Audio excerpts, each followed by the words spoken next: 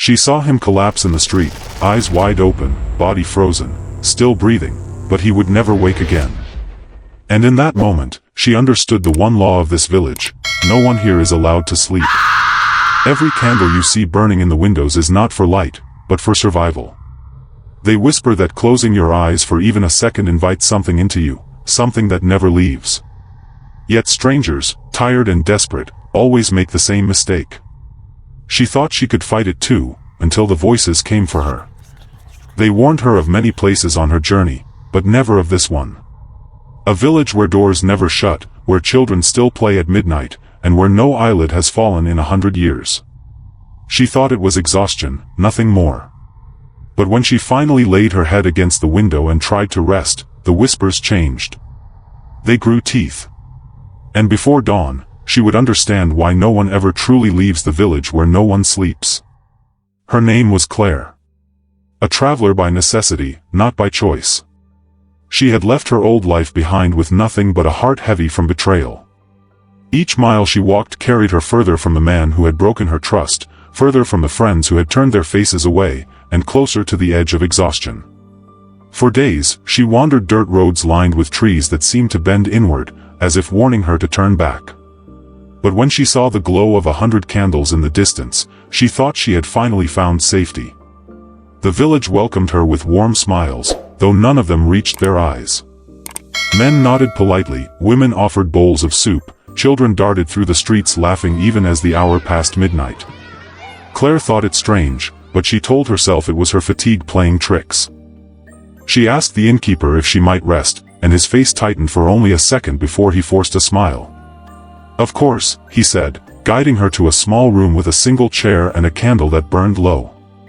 There was no bed. Not even a blanket. Just a chair, and that flame. She wanted to ask why, but something about the man's silence told her the answer would not come easily. Instead, she nodded, pretending not to notice. Her eyes stung from the journey, her body begged for rest. She pressed herself into the chair, telling herself she would only close her eyes for a moment. Just a moment.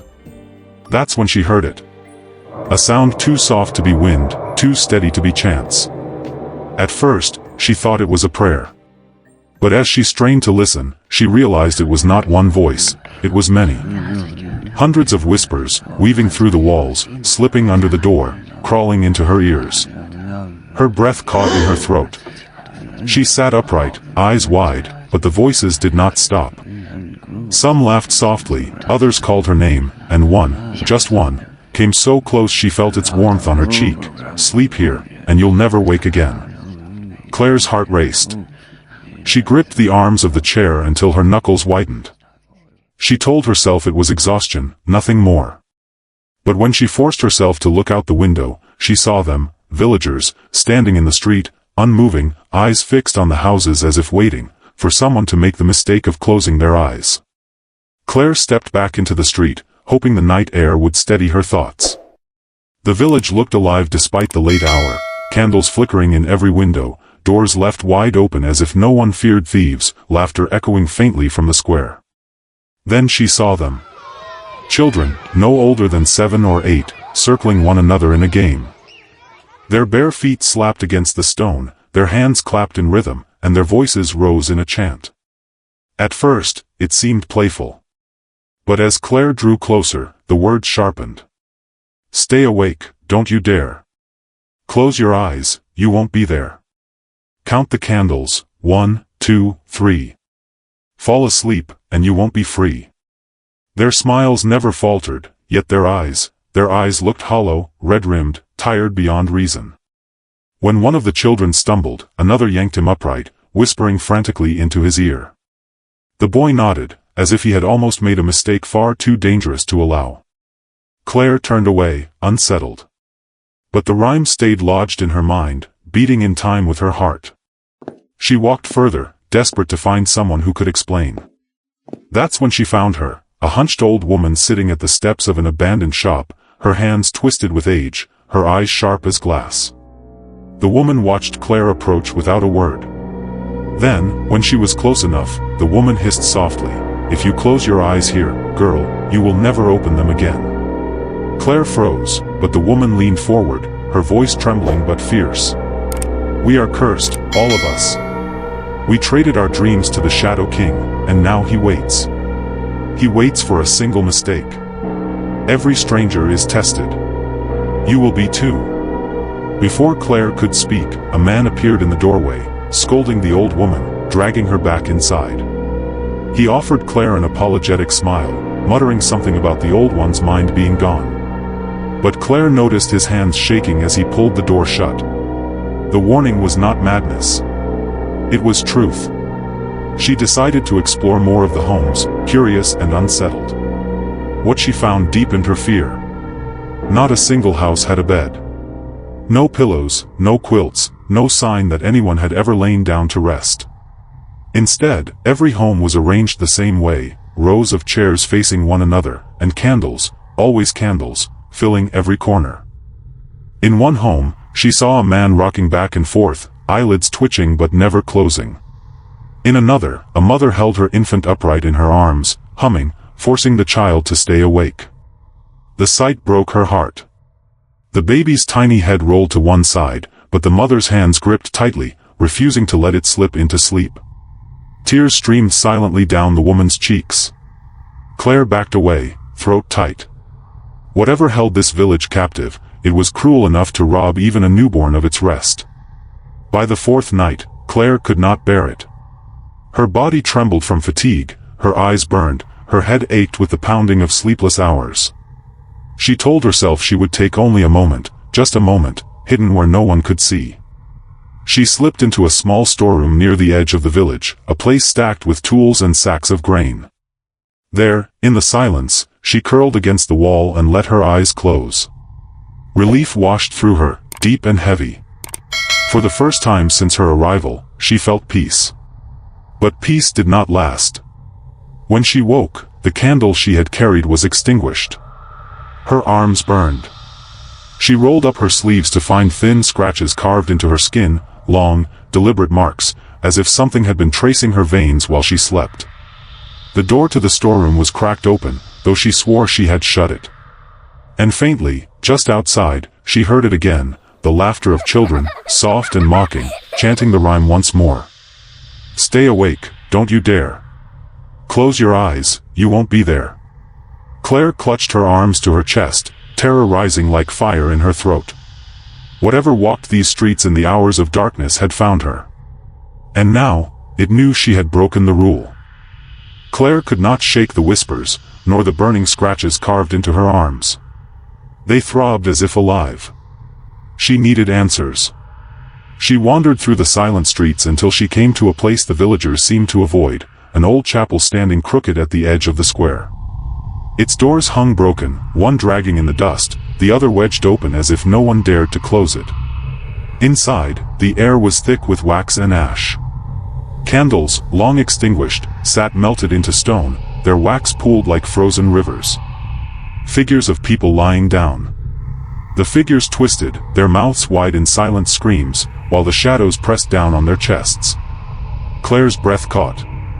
The drawings weren't random, they were warnings. She moved deeper into the chapel, her footsteps echoing across the stone floor. At the altar lay a chest, cracked with age, bound by rusted iron clasps. With trembling hands, she pried it open. Inside was a single object, a journal, its leather cover warped and brittle. She opened it carefully, and the words inside seemed to breathe from the page. "We swore the oath to never sleep. For sleep belongs to the Dark One. Once, we dreamed freely. Once, we closed our eyes without fear. But dreams became his door. He came in the silence, when candles burned low, when breath slowed and minds wandered. He fed on us. One by one. And so we cut the beds from our homes, tore the pillows from our rooms, and vowed to stand watch forever. We do not sleep, lest we open the way for him again." Claire's fingers trembled on the page. Her mind raced. The villagers weren't awake by choice. They weren't strange, or cursed with insomnia. They were prisoners. She read further, heart pounding. "Every stranger is tested. The Dark One whispers to them, calls them to rest. If they resist, they may remain. If they surrender, he claims them, and we must burn what remains. By morning, the chapel's words clung to Claire like chains. She stepped into the daylight, but it offered no comfort. The villagers moved through their daily lives, silent and strained. She looked closer this time. Their eyes, bloodshot, swollen, the skin beneath purple and raw. Some blinked rapidly, fighting to keep them open. Others had streaks of red tears tracing their cheeks, tiny bursts of blood where vessels had given way. No one complained. No one asked for help. Children with shaking hands carried buckets of water. Old men shuffled with their backs bent low. And yet, through it all, every single one kept their gaze wide, unbroken, as if closing their eyes even to blink might cost them everything. Claire's heart pounded. That night, as Claire sat by the dim light of her candle, a knock sounded against her door. She froze, unsure whether to answer. Slowly, she opened it, and there he stood, a man she had not seen before. He looked brighter than the rest of the villagers, his voice urgent. "You should not be here," he said. "They will not tell you, but the eclipse festival is coming. And when the moon turns black, the village must offer someone to the Dark One. A stranger. An outsider. That is why you were allowed to stay. You are the sacrifice." Claire's blood ran cold. She tried to speak, but the man gripped her arm hard enough to bruise. "Leave now, while you still can. Take the forest path. Do not look back." Then, just as suddenly as he appeared, he was gone, swallowed by the dark alleys of the village. When Claire ran to the street, there was no sign of him. Only the villagers, staring silently at her window, their faces blank, their eyes unblinking. She pressed her palms to her head, trying to steady her thoughts, but the whispers followed, through walls, through doors, through her very bones. She thought she saw shapes moving in the corners of rooms, shadows lengthening even when the candles stayed still. Her reflection in the window blinked when she had not. She staggered into the street, gasping for air, watching the villagers gather for the festival. Drums beat low, rattling her chest. The sky above seemed darker than it should have been, the moon heavy with a strange glow. For the first time since her arrival, she asked herself the question she had tried to avoid: was she trapped in a village under a curse, or had she stumbled into a nightmare she would never wake from? The night of the festival arrived. From the moment the sun dipped beneath the horizon, the air felt wrong. Heavy. Charged. The villagers moved in silence, carrying candles into the square, their faces blank, their lips unbroken by smiles. No children laughed. No one whispered. Only the sound of drums, low, slow, pounding like a heartbeat, guided their steps. Claire tried to stay hidden, pressed against the wall of the inn, but curiosity and fear dragged her forward. She followed the flickering glow into the square, where the entire village had gathered beneath a sky veined with crimson clouds. The moon above glowed deep red, swollen, as if bleeding into the stars. The villagers formed a circle, their candles raised high. In the center stood the old matron, the same woman who had warned her in whispers, now dressed in black robes lined with silver thread. She lifted her arms, and the chanting began. It was no language Claire knew, but the sound vibrated in her chest, ancient and terrible. The ground itself seemed to shudder. Then the truth began to unfold. Through broken words carried on the chant, Claire understood, generations ago, the village had made a pact. A shadow entity had come to them in their dreams, promising prosperity and protection from famine, from plague, from war. But the price was sleep. No villager could ever close their eyes again. If they did, the Dark One would feed upon their souls. To keep him bound, to keep him sated, they would offer strangers, outsiders drawn here by chance, or by design. Her stomach turned cold. She wasn't an accident. She wasn't lost. She had been brought here. The whispers she had heard on the road, the flickering light that guided her steps, it had all been him. The Shadow King. He had wanted her. Her eyes darted to the host who had welcomed her days before, the man with the gentle smile, the one who had shown her to her room. He stood closest to her now, his candle flickering against his face. And for the first time, his smile slipped. It was not warmth she saw there, but anticipation. Hunger. Betrayal cut through her like a blade. Before she could step back, strong hands gripped her shoulders. The host leaned close, his breath hot against her ear. "Tonight, you sleep for us all." The circle closed around her. The chanting grew louder, pressing against her skull until she thought her head would split. The villagers' eyes blazed with desperation, not cruelty. They were terrified. Terrified of what would happen if she did not play her part. And above them, the blood moon burned brighter, as if waiting. Claire's heart pounded in her chest. She wasn't a guest. She was the sacrifice. Claire ran, her lungs burning, her legs screaming, but every path betrayed her. She turned left, then right, but the same square appeared again, the same chapel, the same crooked lantern posts. It was as if the village itself folded inward, bending reality to keep her locked inside. Panic clawed her chest. She stumbled, pressed against a wall, her hands shaking. "Am I awake?" she thought. "Or is this a dream?" The air thickened. The whispers grew louder, overlapping until they became unbearable, voices of strangers she had never known. They pulled at her mind, bending her thoughts, drawing her toward rest. Then the candles began to die. One by one, soft pops echoed through the streets, leaving smoke curling in the air.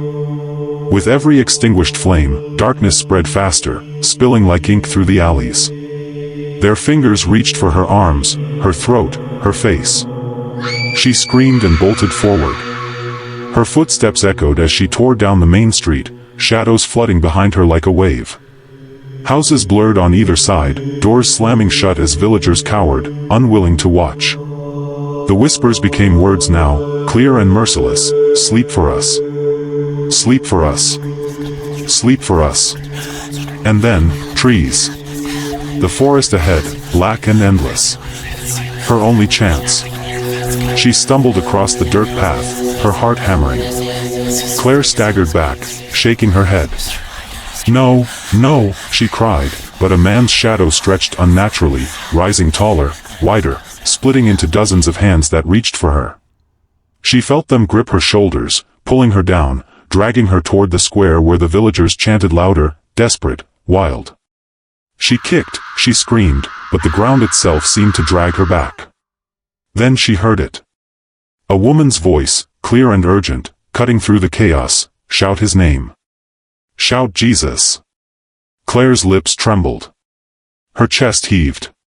She drew the word from the pit of her soul and screamed, "Jesus." Her cry tore through the night, her voice breaking, her body shaking. Light split the darkness like a blade, flooding the square, shattering the whispers, driving the shadows into nothingness. And in that moment, she saw him, a man clothed in white, radiant, his hand outstretched. He took her hand gently, lifting her as if she weighed nothing at all. His touch burned with peace, with strength, with life. And then, everything went still. Claire's eyes flew open. She gasped for breath, sweating profusely. But this time, it was not in the cursed village. She was awake. She was in a hospital bed. Machines hummed quietly, doctors moving around her. And at her side was her closest friend, praying seriously while holding her hand. Then she mentioned the name, Jesus, again. Her friend heard her and was shocked. She held her hand with tears of relief streaming down her face. The doctors examined her quickly, astonished. The illness that had held her captive, the condition that had left her in a coma for 8 months, was gone. Completely gone. One of them murmured in disbelief, "Your friend is perfectly fine, this has to be a miracle." Claire turned to her friend, and with trembling lips, she told her everything.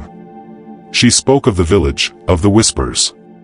She described the moment she shouted Jesus, how the light burst through the darkness, and how she saw the man in white take her hand, pulling her back from death. Her friend listened, her eyes full of awe and gratitude. Then, squeezing Claire's hand, she said softly, "Now you see. It is only Jesus who saves. We have been praying for you since you entered coma, and Jesus was the one who pulled you out and delivered you. Don't you think it's time you give your life to him fully?" Because no sickness, no darkness, no power in this world or beyond, can stand against him. Claire wept, not with fear this time, but with relief. She knew the truth now. The nightmare had been real in its own way, but the one who saved her was even more real. Jesus is real. And maybe, this story was not just hers. If you were the one standing in that village, surrounded by shadows, what would you do? Would you shout his name, or would you stay silent? Share this with someone who needs to hear that Jesus still saves. Don't forget to like, subscribe, and hit that notification bell so you'll know the second we post a new story.